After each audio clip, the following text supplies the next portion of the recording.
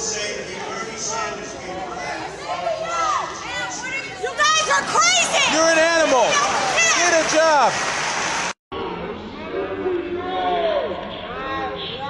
That's okay, but it's okay, right? That is not how it It's goes. okay, right? You hold yourself accountable before you talk about Hold Washington, myself D.C. accountable? Washington, Hold D.C. your out own of your self mouth. accountable. How Keep about it out that? of your mouth. Hold your own I'm self trying, accountable. Mr. How about Fleming. that? Free D.C. and make sure you All right. vote with your own voting card. Don't be giving it to Ms. somebody else. Tlaib, all right, time.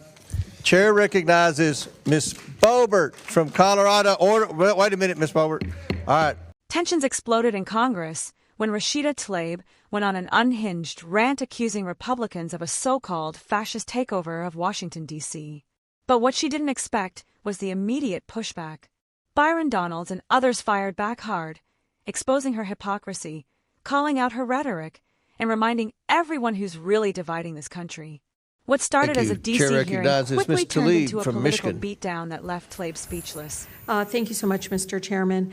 You know, I think it's really important. I mean, we're talking about, 700,000 people that live here, and I feel like their voice gets completely just dismissed.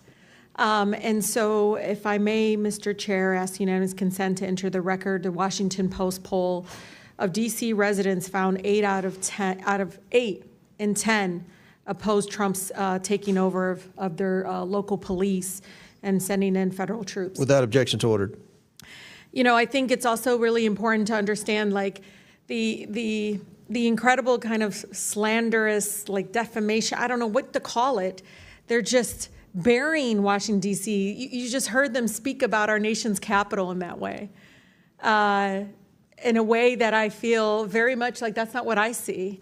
I see people walking around with their families, people enjoying time to see these beautiful, incredible, beautiful monuments and everything. And there's a pride here, too. And so I just want to bring the D.C. residents into this committee, because I feel like they are being made invisible. And this really ugly picture that is not reflective. And I'm from Detroit. I've seen it happen to my city. And it's despicable in a way that I feel like really goes up against our values. One of the things that I know in every abuse of power that, we let President Trump and the administration get away with in D.C., it will be replicated. It will be expanded across the country, and it is going to tear apart our communities. Mr. Jackson, I talked to you about a little bit about this, but I think it's important to understand that we do have a mental health crisis, that we have a housing crisis, affordability crisis. Can you police any of those away? No. You can't police away homelessness. And the way they talk about our homeless neighbors is so, no wonder there's violence increasing towards homeless neighbors. I see it already, the brutality of it. When we see housing costs go up, when we see, again, the lack or dismissiveness of the mental health crisis that we continue to grow. And it's not just this administration, and the previous administrations as well. No one has moved with the urgency that is needed.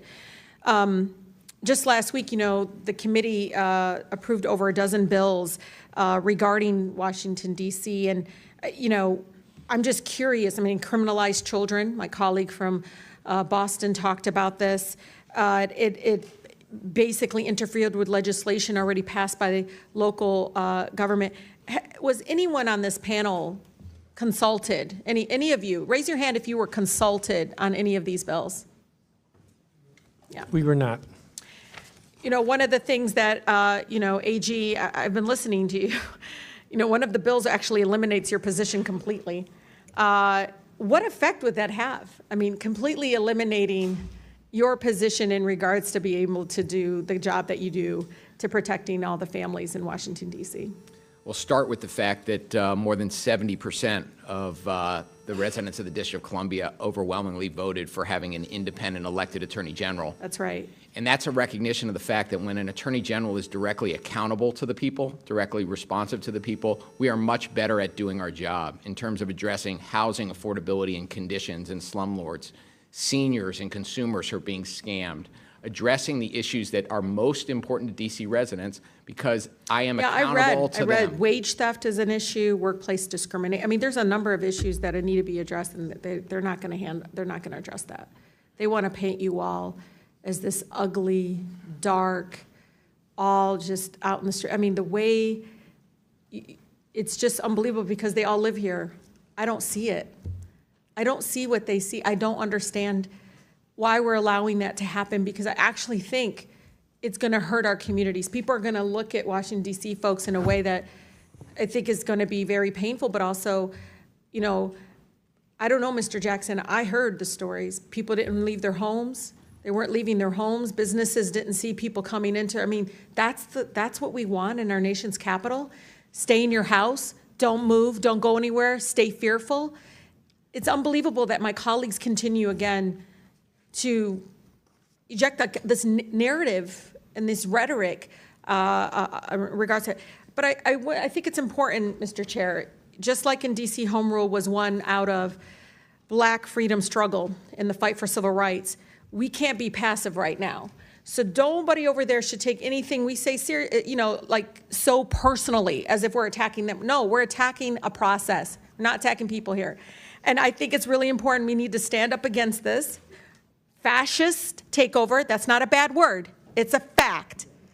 And here in D.C. and across the country, it is so incredibly important, Mr. Chair, that this committee does not allow rhetoric that defames and or paints Washington, D.C. in a way that you all haven't really truly seen. You're just reading it. No, you're just reading it or something off of some. Will the gentlelady yield to a question? Yeah, I think it's really important. Will the gentlelady yield? No, I don't yield. I don't even have time. I can tell you. Your time's expired. It is expired, but Mr. Chair, nice. but you all live like here, Ms. and you're not telling people. Do I look like a member of the Third Reich to you, Ms. Tlaib? Please, is that what I look like to you? You're the one taking your voting Is that what you think? Is that what you think? Is that what you think? No, that's unethical. I think it's radical and I think it's insane. And I'll respect everything that you say. But to say something like that to myself and a lot of my colleagues is way out of line. It's way out of line. It's way out of line. Regular order, Mr. Way out of line. Regular order. That's okay. But it's okay, right? That is not how it goes. It's okay, right? You hold yourself accountable before you talk about Hold Washington, myself D.C. accountable. Washington, D.C. Hold your own self accountable. How about that? Hold your own self accountable. How about that? Free D.C. and make sure you vote with your own voting card. Don't be giving it to somebody Ms. else. Tlaib, all right, time. Chair recognizes Ms. Boebert from Colorado. Wait a minute, Ms. Boebert. All right. The hearing on Washington, D.C. governance started like a normal day on Capitol Hill until Rashida Tlaib took the floor. What was supposed to be a policy discussion quickly turned into an emotional, partisan rant that left even Democrats shifting uncomfortably in their seats. Tlaib began by accusing Republicans of ignoring the voices of D.C.'s 700,000 residents and claimed that conservatives were engaged in what she called a fascist takeover of the city.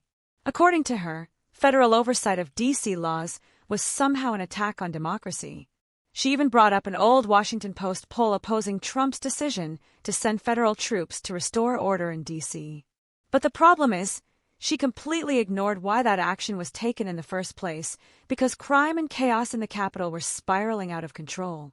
As Tlaib spoke, she painted an idealized picture of D.C., talking about families walking around monuments and the city's beauty. But anyone who lives there knows that the city is dealing with record carjackings, open drug markets, and growing homelessness, the direct results of soft-on-crime policies championed by the same Democrats running it.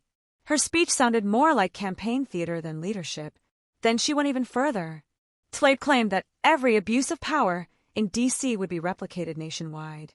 She accused the Trump administration and Republicans of tearing apart communities and claimed conservatives were to blame for housing and mental health crises. What she didn't mention was that D.C. has been under Democrat control for decades, with some of the highest taxes and worst governance in the country. At one point, she asked witnesses whether they were consulted on certain bills about D.C., knowing full well that Congress has constitutional authority over the district. It's written in the law, but instead of acknowledging that, she used the moment to frame Republicans as villains attacking local democracy. That's when Byron had heard enough. Donalds, who's become one of the strongest conservative voices in Congress, pushed back hard. He reminded the committee that conservatives are not the problem, failed Democrat leadership is.